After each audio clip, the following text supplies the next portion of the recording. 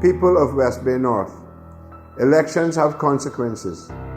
The upcoming elections will determine if dignity, decency, and discipline will once again rule our nation. You, the people, will decide if this country is run by individuals who look after special interests or individuals who will look after you. You, the people, will decide if in the coming years we destroy barkers, grant millions of dollars in building concessions, or if we build a cruise dock which will destroy our corals and the livelihood of many Caymanians. This election will also determine if our children and seniors will have access to free health care like we used to 20 years ago. It will also determine if all Caymanians will have access to free education regardless of their age so they can better themselves and their families. This election will determine if we take back our infrastructure in order to lower our living costs. This election will decide if we continue working for $6 per hour instead of a livable wage. It will determine if we work 40 hours per week versus 35 hours per week, so you can have more time to spend with your family to achieve work-life balance. It will determine if we have a safety net to protect us Caymanians from being bankrupt in the event of an emergency. This election will determine if Caymanians pay 0% on stamp duty on the first 3 properties they purchase, regardless of value. It will determine if we create a bond market to raise money so that Caymanians will have access to capital and make investments locally.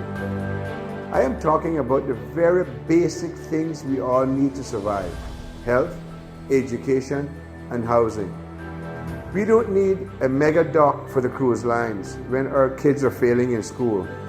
I especially want to thank thousands of Caymanians that signed a petition to stop the dock.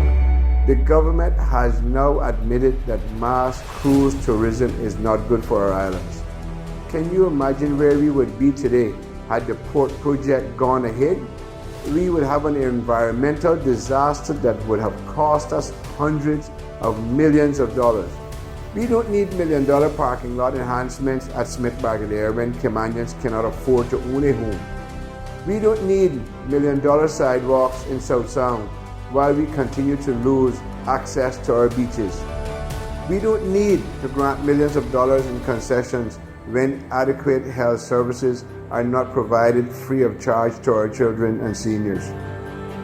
We don't need drunken politicians who mistreat, abuse, victimize, threaten to take away much needed government assistance from seniors, and wrong us at every turn and put the honor of our parliament in disrepute.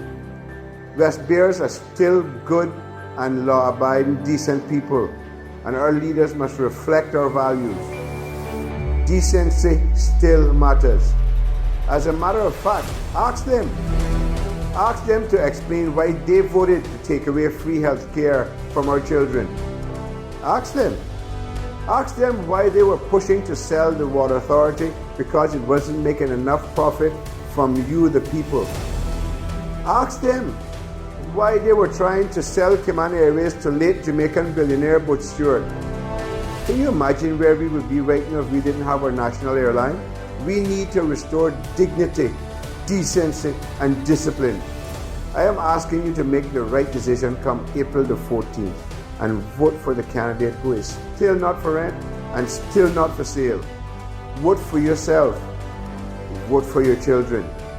Vote for your seniors. Vote for Bernie Bush. God bless you all.